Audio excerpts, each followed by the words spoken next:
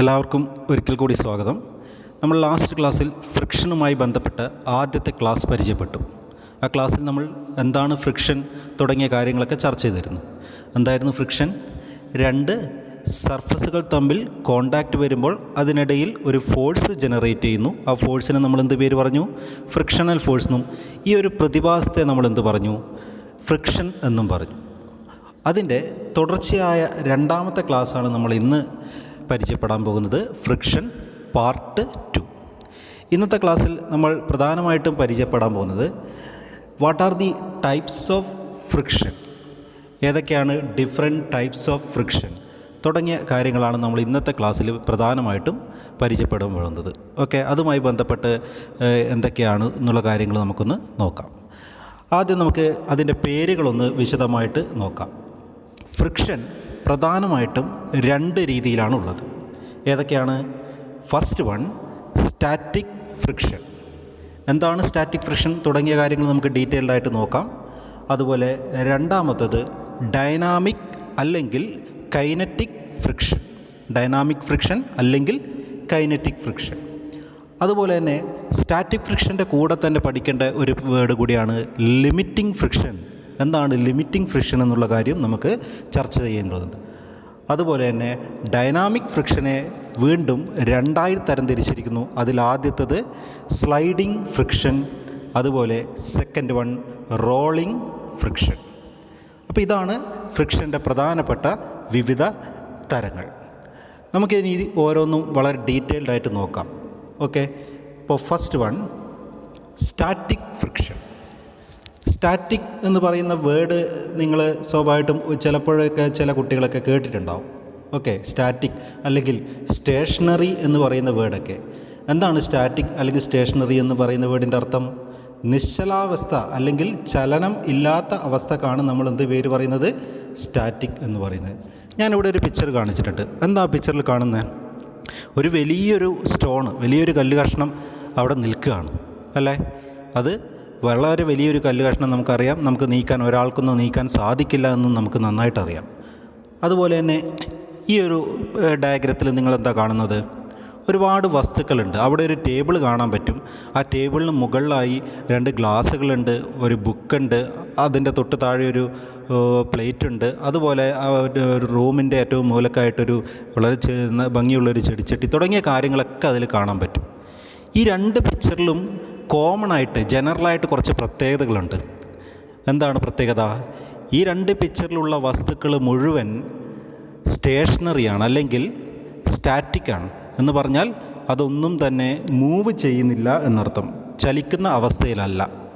Okay, അപ്പോൾ തീർച്ചയായിട്ടും നമ്മൾ ഇന്നലെ പറഞ്ഞിട്ടുണ്ട്, ഏത് രണ്ട് വസ്തുക്കൾ തമ്മിൽ കോണ്ടാക്റ്റ് വന്നാലും ആ വസ്തുക്കളുടെ കോണ്ടാക്റ്റിംഗ് സർഫസിനിടയിൽ ഫ്രിക്ഷൻ ക്രിയേറ്റ് ചെയ്യും എന്ന് നമ്മൾ പറഞ്ഞിട്ടുണ്ടായിരുന്നു.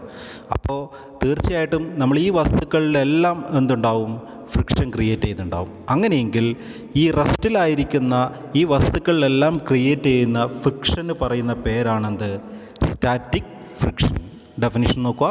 സ്റ്റാറ്റിക് ഫ്രിക്ഷൻ എന്ന് പറഞ്ഞാൽ friction between two objects when at rest. Rest എന്ന് പറഞ്ഞാൽ എന്താ അർത്ഥം? നിശ്ചലാവസ്ഥയിൽ. Rest is called static friction.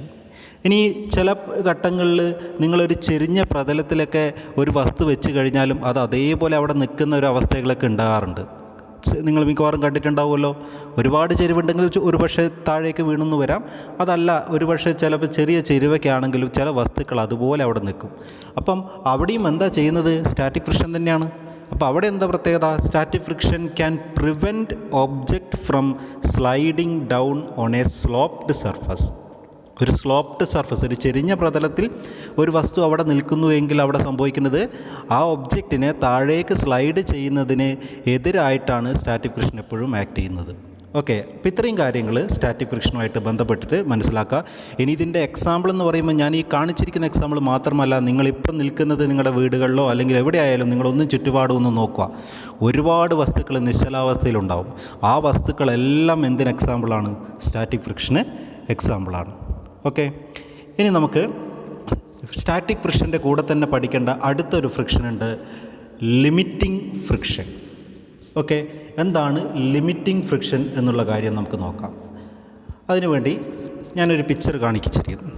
എന്താണ് ഈ പിക്ചറിൽ ചെയ്യുന്നത്? ആ ഒരു ചെറിയ കുട്ടി ആ ചെയറിനെ അവിടെ നിന്ന് തള്ളി നീക്കാൻ ശ്രമിക്കുകയാണ്. നമ്മൾ പലപ്പോഴും കണ്ടിട്ടുണ്ടാവും അല്ലേ?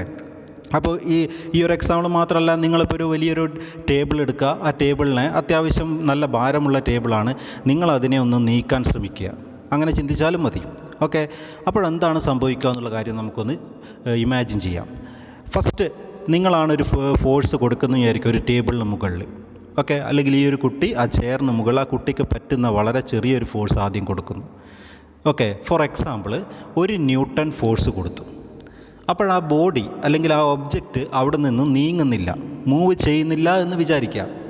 അപ്പം മൂവ് ചെയ്യുന്നില്ല എങ്കിൽ അതിൻ്റെ അർത്ഥം നിങ്ങൾ 1 ന്യൂട്ടൺ ഫോഴ്സ് ആ ബോഡിയിലേക്ക് കൊടുക്കുമ്പോൾ അതിന് ഓപ്പോസിറ്റായിട്ട് എന്ത് ഫോഴ്സ് ഉണ്ട്? ഫ്രിക്ഷണൽ ഫോഴ്സ് ഉണ്ട്. ആ ഫ്രിക്ഷണൽ ഫോഴ്സിനൊരു വാല്യൂ ഉണ്ട്. ആ വാല്യൂ എത്ര തന്നെ ആയിരിക്കും?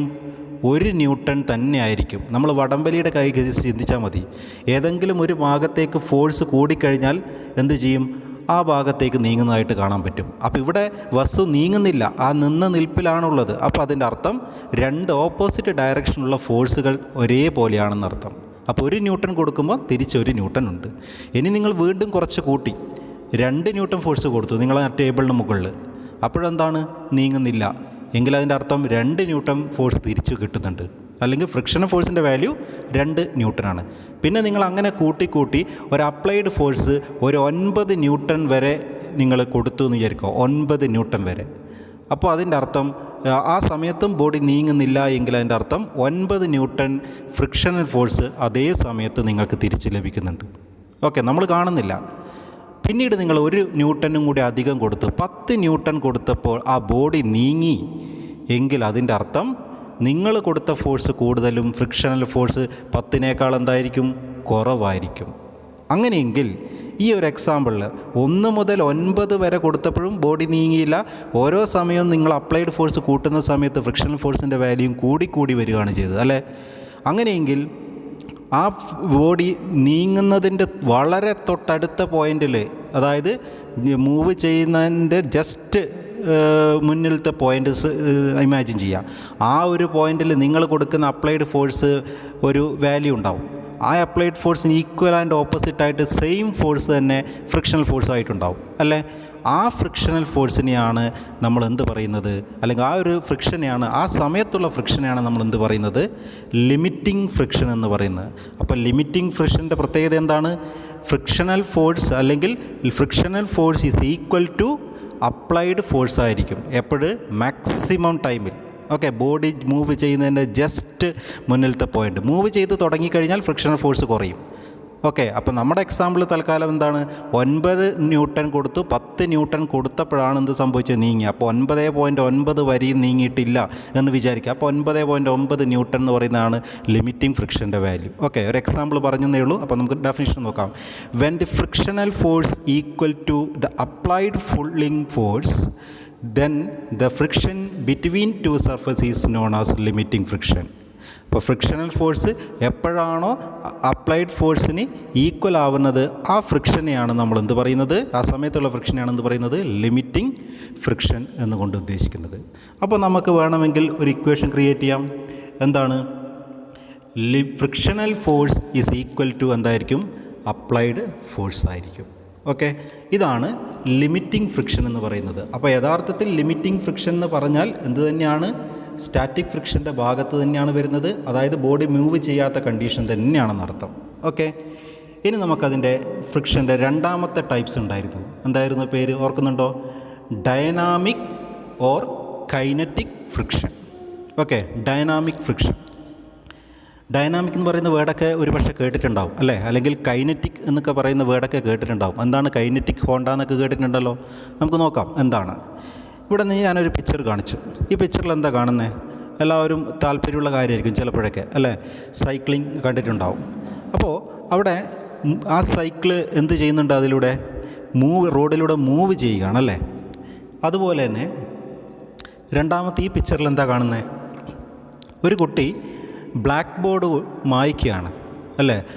അവിടെ ഡസ്റ്റർ ഉപയോഗിച്ചുകൊണ്ട് ആ ബ്ലാക്ക് ബോർഡ് റബ്ബ് ചെയ്യുകയാണ്. ഓക്കെ, അപ്പോൾ ഈ രണ്ട് പിക്ചറിലും നമുക്ക് ഫ്രിക്ഷൻ വ്യക്തമായിട്ട് കാണാൻ സാധിക്കും. ഇപ്പം ബ്ലാക്ക് ബോർഡ് റബ്ബ് ചെയ്യുമ്പോൾ ഡസ്റ്ററും ബ്ലാക്ക് ബോർഡും തമ്മിൽ കോണ്ടാക്ട് ചെയ്യുന്ന സർഫസിൽ ഒരു ഫ്രിക്ഷൻ ജനറേറ്റ് ചെയ്യുന്നുണ്ടാവും. അതുപോലെ സൈക്കിളിൻ്റെ കേസിലാണെങ്കിൽ സൈക്കിളിൻ്റെ ടയറും റോഡും തമ്മിൽ എന്തുണ്ടാവും, അവിടെയും ഒരു ഫ്രിക്ഷൻ ജനറേറ്റ് ചെയ്യുന്നുണ്ടാവും. ഈ രണ്ട് ഫ്രിക്ഷനിലും ഒരു പ്രത്യേകതയുണ്ട്. ഈ രണ്ട് ഫ്രിക്ഷനും നടക്കുന്നത് മൂവിങ് ടൈമിലാണ്. വസ്തു എന്ത് ചെയ്യുന്നു, ഒബ്ജക്റ്റ് മൂവ് ചെയ്യുന്ന സമയത്താണ് ഫ്രിക്ഷൻ ജനറേറ്റ് ചെയ്യുന്നത് ആണല്ലോ. അത്തരത്തിൽ ഫ്രിക്ഷൻ ജനറേറ്റ് ചെയ്യുന്നു എങ്കിൽ അതിനെയാണ് നമ്മൾ എന്ത് പറയുന്നത്, ഡൈനാമിക് ഫ്രിക്ഷൻ എന്ന് പറയുന്നത്. അപ്പോൾ ഡെഫിനിഷൻ നോക്കുക. Friction between two objects when are in motion is called dynamic friction. അതുപോലെ ഈ ഡൈനാമിക് ഫ്രിക്ഷൻ്റെ മറ്റൊരു പേരെന്താണെന്ന് പറഞ്ഞു, കൈനറ്റിക് ഫ്രിക്ഷൻ എന്നാണെന്ന് നമ്മൾ നേരത്തെ പറഞ്ഞു അല്ലേ. ഇനി നമ്മൾ നേരത്തെ ആദ്യം ഘട്ടത്തിൽ കണ്ടു, ഡൈനാമിക് അല്ലെങ്കിൽ കൈനറ്റിക് ഫ്രിക്ഷനെ വീണ്ടും രണ്ടായി തരംതിരിച്ചിട്ടുണ്ട്. ഏതൊക്കെയായിരുന്നു ആ ടൈപ്പ് പേരുകൾ?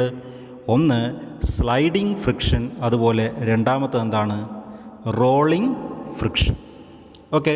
അപ്പോൾ ഡൈനാമിക് ഫ്രിക്ഷനെ സംബന്ധിച്ചിടത്തോളം നിങ്ങൾക്ക് ഈ കാണുന്ന പിക്ചർ മാത്രമല്ല, ഞാൻ നേരത്തെ പറഞ്ഞ അതേപോലെ തന്നെ നിങ്ങളുടെ പരിസരത്ത് കാണുന്ന ചലിച്ചുകൊണ്ടിരിക്കുന്ന വസ്തുക്കളിൽ ഏതെങ്കിലും രണ്ട് വസ്തുക്കൾ തമ്മിൽ കോണ്ടാക്ട് ചെയ്യുന്നു. അപ്പോൾ വസ്തുക്കളിൽ ചലിക്കുകയാണെങ്കിൽ അതിനിടയിൽ ക്രിയേറ്റ് ചെയ്യുന്ന മുഴുവൻ ഫ്രിക്ഷനും എന്ത് പേര് പറയാം, ഡൈനാമിക് ഫ്രിക്ഷൻ എന്ന് പറയാം. ഓക്കെ. അത് രണ്ട് രീതിയിലുണ്ട്, സ്ലൈഡിങ് ആൻഡ് റോളിംഗ് ഫ്രിക്ഷൻ. നമുക്കിനി 1 by 1 ആയിട്ടൊന്ന് പരിചയപ്പെടാം. First sliding friction. ഇത് പ്രത്യേകിച്ച് ഞാൻ പേര് പറയേണ്ട ആവശ്യം ഉണ്ടാവില്ല. കാരണം സ്ലൈഡിംഗ് ഫ്രിക്ഷൻ എന്ന് പറയുമ്പോൾ തന്നെ എല്ലാവരുടെയും മനസ്സിലെത്തും എന്താണ്, ഏത് രീതിയിലാണ് ആ ഒബ്ജക്റ്റ് എന്ന് വ്യക്തമായിട്ട് മനസ്സിലെത്തും. ഓക്കെ. ഞാൻ ഒന്നുകൂടി അത് ക്ലിയർ ആക്കാൻ വേണ്ടി ഒരു പിക്ചർ നോക്കാം. ഇവിടെ എന്താണ് ചെയ്യുന്നത്, ഒരാൾ അയാളുടെ ഷർട്ടാണെന്ന് തോന്നുന്നു, ഷർട്ട് അയൺ ചെയ്യുകയാണ്. നമ്മളൊക്കെ സാധാരണ വീടുകളിൽ ചെയ്യുന്നതാണ് അല്ലേ. അപ്പോൾ ആ അയൺ ബോക്സ് ആ ക്ലോത്തിന് മുകളിലൂടെ എന്ത് ചെയ്യുന്നുണ്ട്, റബ്ബ് ചെയ്യുന്നുണ്ട്. അങ്ങനെയാണല്ലോ നമ്മൾ സാധാരണ കാണുന്നത്, സ്ലൈഡ് ചെയ്യുന്നു എന്ന് പറയും. ഓക്കെ. അതുപോലെ തന്നെ നേരത്തെ കാണിച്ച അതേ പിക്ചർ തന്നെ എന്താണ്, ഒരു കുട്ടി ക്ലാസ് റൂമിലുള്ള ബോർഡ് മായ്ക്കുകയാണ്, റബ്ബ് ചെയ്ത് കളിയാണ്. ഓക്കെ. അപ്പോൾ ചോക്ക് കൊണ്ട് എഴുതിയിരിക്കുന്ന കാര്യങ്ങൾ റബ്ബ് ചെയ്യുമ്പോഴും അവിടെയും ഡസ്റ്റർ ബോർഡിന് മുകളിലൂടെ സ്ലൈഡ് ചെയ്യുകയാണ് ചെയ്യുന്നത്. അപ്പോൾ ഇത്തരത്തിൽ രണ്ട് വസ്തുക്കൾ തമ്മിൽ കോണ്ടാക്റ്റ് വരികയും അവ തമ്മിൽ സ്ലൈഡിംഗ് മോഷനാണ് നടക്കുന്നതെങ്കിൽ അതിന് പറയുന്ന പേരാണ് സ്ലൈഡിംഗ് ഫ്രിക്ഷൻ. ഓക്കെ. ഇപ്പോൾ friction experienced by an object when it's slides over another object. മറ്റൊരു ഒബ്ജക്റ്റിന് മുകളിലൂടെ സ്ലൈഡ് ചെയ്യുകയാണെങ്കിൽ ആ സമയത്ത് ക്രിയേറ്റ് ചെയ്യുന്ന ഫ്രിക്ഷനെയാണ് നമ്മളെന്ത് പറയുന്നത്, സ്ലൈഡിംഗ് ഫ്രിക്ഷൻ. അപ്പോൾ നിങ്ങളൊന്ന് ചിന്തിച്ച്, നേരത്തെ പറഞ്ഞ സ്റ്റാറ്റിക് ഫ്രിക്ഷനും സ്ലൈഡിംഗ് ഫ്രിക്ഷനും തമ്മിൽ കമ്പയർ ചെയ്യുമ്പോൾ രണ്ടിനും വാല്യൂ ഉണ്ടാവും. സ്റ്റാറ്റിക് ഫ്രിക്ഷൻ ആയിരിക്കുമോ കൂടുതൽ, അതോ സ്ലൈഡിംഗ് ഫ്രിക്ഷൻ ആയിരിക്കുമോ കൂടുതൽ? കാരണം ഫ്രിക്ഷൻ്റെ വാല്യൂ കൂടിയാൽ അതിൻ്റെ അർത്ഥം എന്താ, ഒബ്ജക്റ്റിനെ നിങ്ങൾക്ക് അവിടെ നിന്ന് നീക്കാൻ വളരെ വലിയ ബുദ്ധിമുട്ടാണ്. ഫ്രിക്ഷൻ കുറവാണെങ്കിൽ നമുക്ക് എന്ത് ചെയ്യാൻ പറ്റും, വളരെ ഈസി ആയിട്ട് നീക്കാൻ പറ്റും. അപ്പോൾ സ്ലൈഡിംഗ് ഫ്രിക്ഷൻ ആണോ സ്റ്റാറ്റിക് ഫ്രിക്ഷൻ ആണോ കൂടുതൽ? നിങ്ങളുടെ മനസ്സിൽ ഉത്തരം ഉണ്ടാവുമല്ലോ. എന്താണ്, sliding friction is always less than limiting friction. Limiting friction എന്ന് പറഞ്ഞാൽ എന്ത് തന്നെയാണ്, സ്റ്റാറ്റിക് ഫ്രിക്ഷൻ തന്നെയാണ് നമ്മൾ പറഞ്ഞു. ഓക്കെ. അല്ലെങ്കിൽ sliding friction is always less than static friction, അങ്ങനെയും പറയാം. ഓക്കെ. രണ്ടും ഒരേ അർത്ഥം തന്നെയാണെന്ന് അർത്ഥം. ക്ലിയർ ആണല്ലോ. ഇനി സ്ലൈഡിംഗ് ഫ്രിക്ഷനുമായിട്ട് ബന്ധപ്പെട്ടിട്ട് ഈ രണ്ട് എക്സാമ്പിൾ കൂടാതെ നിങ്ങൾക്ക് മനസ്സിലെത്തുന്ന ഒരുപാട് എക്സാമ്പിൾ, ഞാൻ പ്രത്യേകിച്ച് എക്സാമ്പിൾ പറയേണ്ട ആവശ്യമില്ല, അതുകൊണ്ടാണ് ഞാൻ കൂടുതൽ പറയാത്തത്. കാരണം രണ്ട് വസ്തുക്കൾ തമ്മിൽ സ്ലൈഡ് ചെയ്യുകയാണെങ്കിൽ അതെല്ലാം ഏതിന് എക്സാമ്പിളായിട്ട് വരും, ഈ പറയുന്ന സ്ലൈഡിംഗ് ഫ്രിക്ഷൻ എക്സാമ്പിളായിട്ട് വരും. ഓക്കെ. ഇനി next one, rolling friction. Kinetic ഫ്രിക്ഷനിലെ രണ്ടാമത്തെ ടൈപ്പാണ് റോളിംഗ് ഫ്രിക്ഷൻ. ഈ വേർഡും നിങ്ങൾ കേട്ടിട്ടുള്ളത് തന്നെയാണ്, റോളിംഗ് എന്ന് പറയുന്ന വേർഡ് അല്ലേ.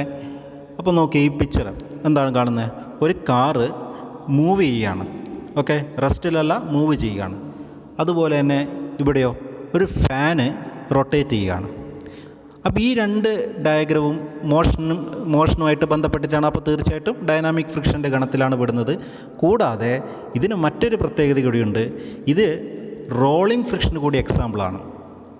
എന്ന് പറഞ്ഞാൽ ഈ രണ്ട് വസ്തുക്കളും സ്ലൈഡ് ചെയ്യുകയല്ല ചെയ്യുന്നത്, പകരം ഒരു ബോളോ അല്ലെങ്കിൽ ഒരു റോളർ അല്ലെങ്കിൽ വീൽ തുടങ്ങിയ കാര്യങ്ങൾ ഉപയോഗിച്ചുകൊണ്ടാണ് ഇത് മൂവ് ചെയ്യുന്നത്. അത്തരത്തിൽ ഫ്രിക്ഷൻ ക്രിയേറ്റ് ചെയ്യുകയാണെങ്കിൽ അതിന് പറയുന്ന പേരാണ് റോളിംഗ് ഫ്രിക്ഷൻ. അപ്പോൾ ഡെഫിനിഷൻ നമുക്ക് നോക്കാം. Friction that occurs when a circular object, വൃത്ത ആകൃതിയിലുള്ള ഒബ്ജക്റ്റ് സച്ച് ആസ്, ഏതൊക്കെയാവാം, ബോൾ. ഓക്കെ, ഇപ്പോൾ ഫാനിൻ്റെ കേസിൽ നിങ്ങൾ ആ ഫാനിൻ്റെ ഉള്ളിൽ കണ്ടിട്ടുണ്ടാവും, ബോൾ ബെയറിംഗ് ഒക്കെ കണ്ടിട്ടുണ്ടാവുമല്ലോ.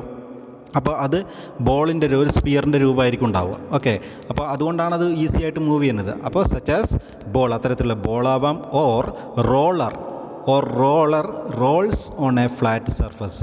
റോളർ എന്ന് പറയുന്നത് നമ്മളെ കാറിൻ്റെയൊക്കെ ടയർ എന്ന് പറയുന്നത് ആ രീതിയിൽ ഉൾപ്പെടുത്താം. ഓക്കെ, അപ്പോൾ അത്തരത്തിലുള്ള ഒബ്ജക്റ്റുകൾ ഉപയോഗിച്ചുകൊണ്ട് വസ്തുക്കൾ മൂവ് ചെയ്യുമ്പോൾ അതിനിടയിൽ ക്രിയേറ്റ് ചെയ്യുന്നതിനാണ് എന്ത് പറയുന്നത്, അതിനിടയിൽ ക്രിയേറ്റ് ചെയ്യുന്ന ഫ്രിക്ഷൻ എന്ത് പറയുന്നു, റോളിംഗ് ഫ്രിക്ഷൻ എന്ന് പറയുന്നു.